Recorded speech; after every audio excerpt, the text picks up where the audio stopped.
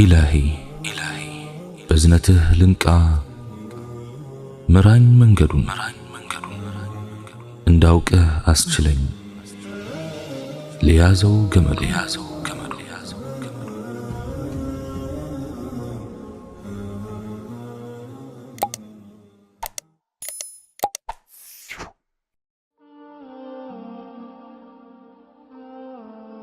بسم الله. اللهم لك الحمد كما ينبغي لجلال وجهك وعظيم سلطانك، والصلاة والسلام على حبيبنا رسول الله وعلى آله وصحبه ومواله.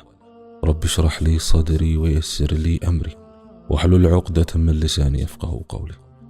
السلام عليكم ورحمة الله وبركاته. كسرافة النت أبراك كات النت يولدال የሞትና የመረሳት እዘሮችም ይጸነሳሉ።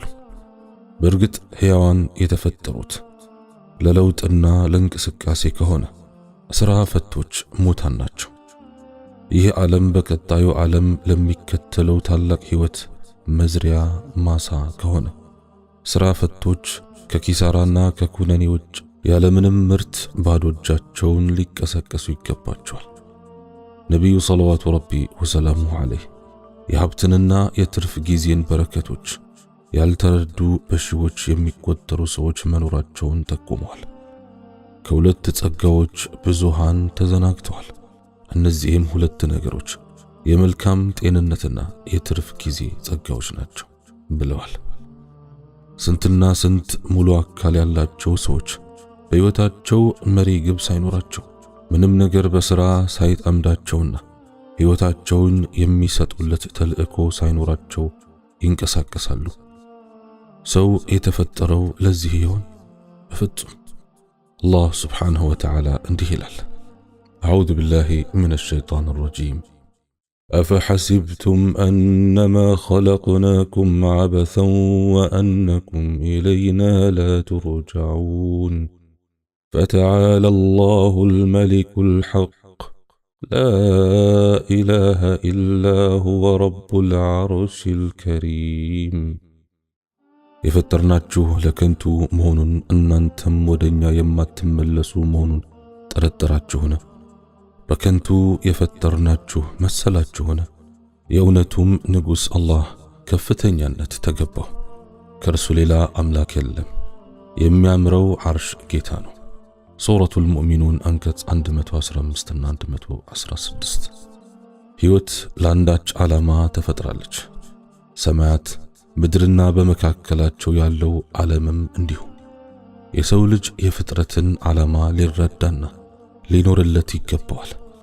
ሆኖም በጠባብ ፍላጎቶቹ ጥላ ስር ለመኖር ከፈቀደና በውስንነታቸው አይኑ ተጥበርብሮ ከቀረ ለአሁንም ሆነ ለወደፊቱ የመረጠው ምርጫ የከፋ ነው።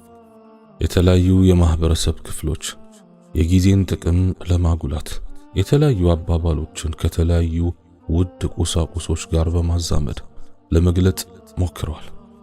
ሙስሊሞች ጋር ግን ጊዜ በቁሳቁስ አይለካም። ሙስሊሞች ዘንድ ጊዜ ትልቅ ቦታ ነው ያለው። የአላህ መልእክተኛ ዓለይሂ ሰላቱ ወሰላም ከላይ እንደጠቀስነው እንዲህ ብለዋል፣ የሁለት ጸጋዎችን ዋጋ አብዛኛው ሰው አያውቃቸው። እነሱም ጤናና ጊዜ ናቸው። ሐሰን አልበስሪ አላህ ይዘንላቸውና እንዲህ ይላሉ፣ የአደም ልጅ ሆይ ሕይወትህ የቀናቶች ስብስብ ነው። አንድ ቀን ባለፈ ቁጥር ከሕይወትህ የተወሰነው ክፍል ያልፋል። ከሕይወትህ የተወሰነው ክፍል ካለፈ በስተመጨረሻ ሕይወትህ እንዲያልፍ ያደርጋል ብለው ነበር። ታላቁ ሱሐቢ ኢብኑ መስዑድ ረዲየላሁ ዐንሁ እንደተናገሩት ፀሐይ ወጥቶ ጥሩ ስራዎቼ ሳይጨምሩ እንዳለፈች ቀን በሕይወቴ እንዲህ አይነት ጸጸት ተሰምቶኝ አያውቅም ይሉ ነበር። ኢብኑል ጀውዚይ አላህ ይዘንላቸው ለልጃቸው እንዲህ ሲሉ ምክር አስተላልፈዋል። ልጄ ሆይ ጥንቁቅ ሁን፣ በከንቱ ላሳለፍከው ጊዜ ተጸጸት። ጊዜ እስካለህ ድረስ እምነትህን ለመሙላት ጥረት አድርግ። ልጄ ሆይ ጥሩ ነገራትን ለመስራት ከዚህ በፊት በከንቱ ያሳለፍካቸውን ጊዜያት አስታውስ።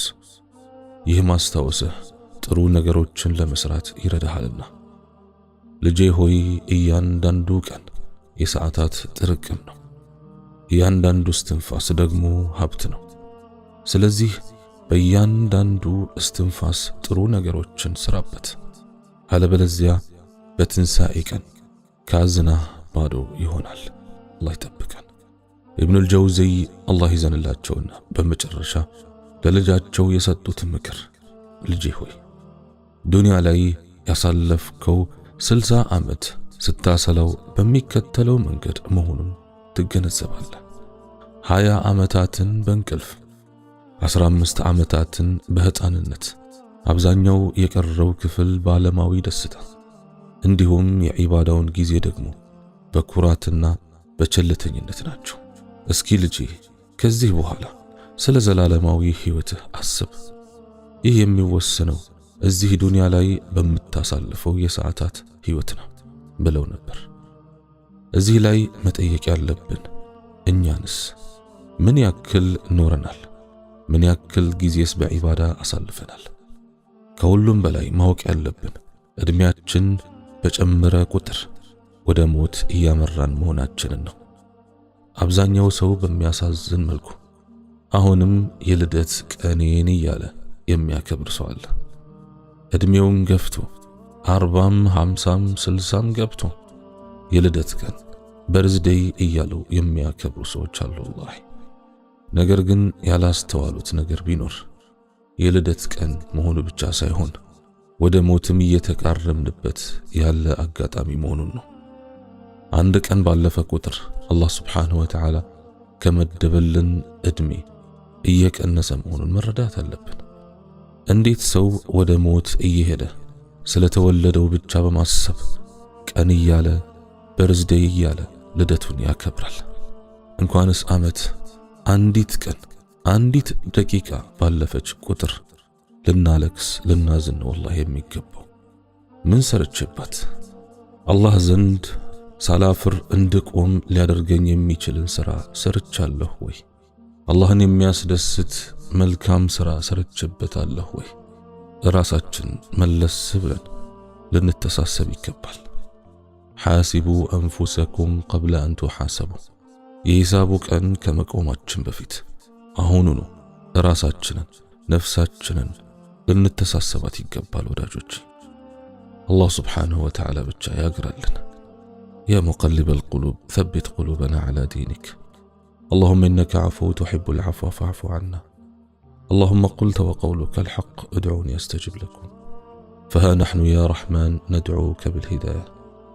أنت رحمن الدنيا، أنت الغفور فاغفر لنا، أنت اللطيف فالطف بنا، أنت الرزاق فارزقنا، أنت الله لا إله إلا أنت سبحانك إني كنت من الظالمين. اللهم اغفر لي ولوالدي ولجميع المسلمين والمسلمات الأحياء منهم والأموات. اللهم إنك عفو تحب العفو فاعف عنا.